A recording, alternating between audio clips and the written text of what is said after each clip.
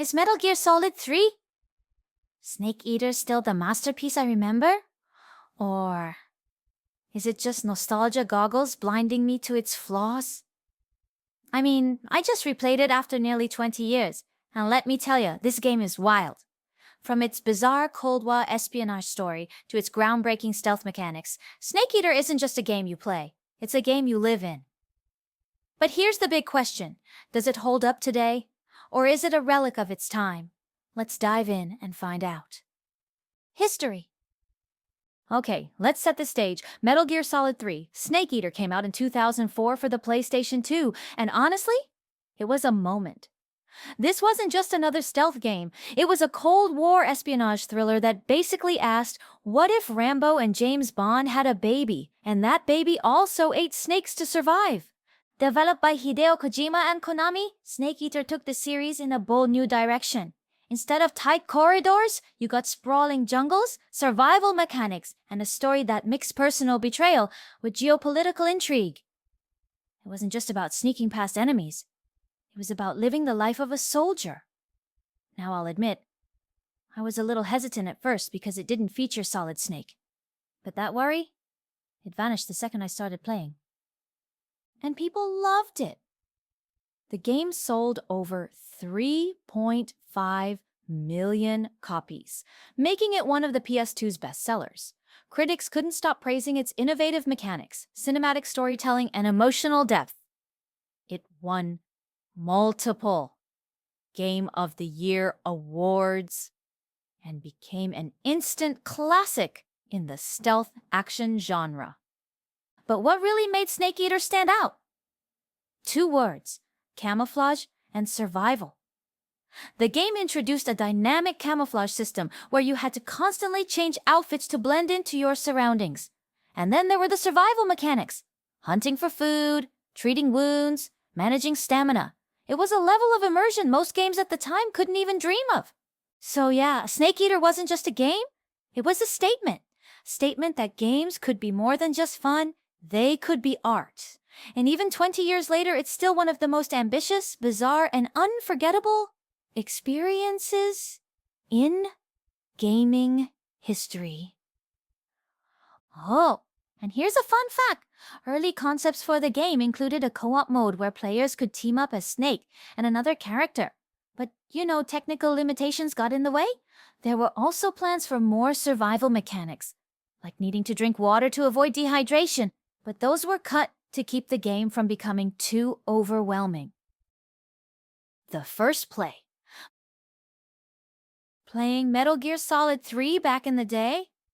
Oh man, it was full of moments that just stuck with me. First, there's the end. That sniper duel? I must have spent hours crawling through the jungle, trying to spot that old man hiding in the bushes. I remember using thermal goggles, tracking his footprints, and just when I thought I had him, poof! He'd disappear again. It was frustrating, sure, but when I finally took him down, that feeling of triumph was unreal. And then I found out you could just wait a week and let him die of old age. Mind blown.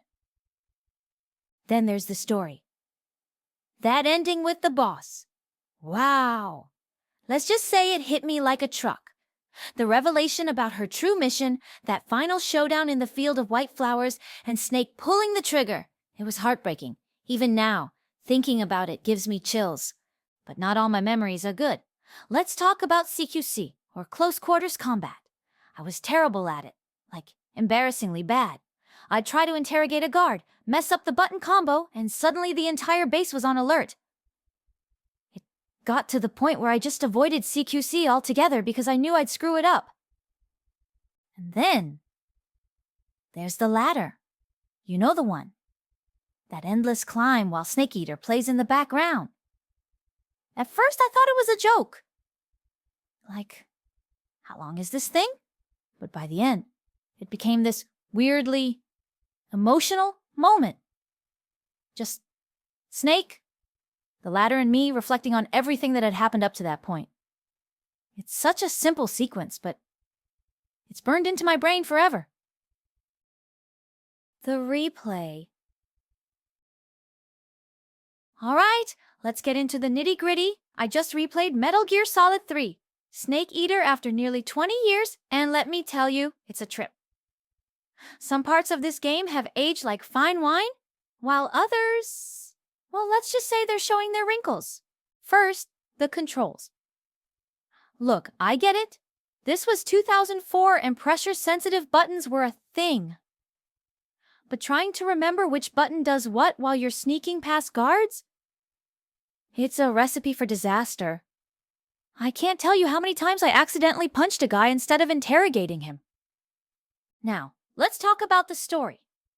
Playing it as a kid, I was blown away by the twists and turns.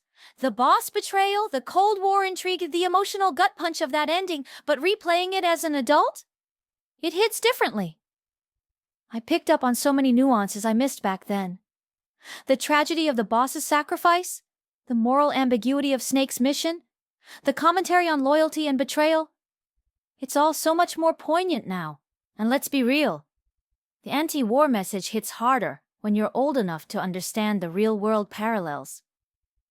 But there are also moments that feel a little dated. The pacing can be all over the place, with long cutscenes interrupting the flow of gameplay. And while the story is still great, some of the dialogue feels overly dramatic in a way that only a Kojima game can pull off. Replaying the game, I found myself appreciating moments I'd overlooked before. The Sorrows River sequence, where you confront the ghosts of every enemy you've killed?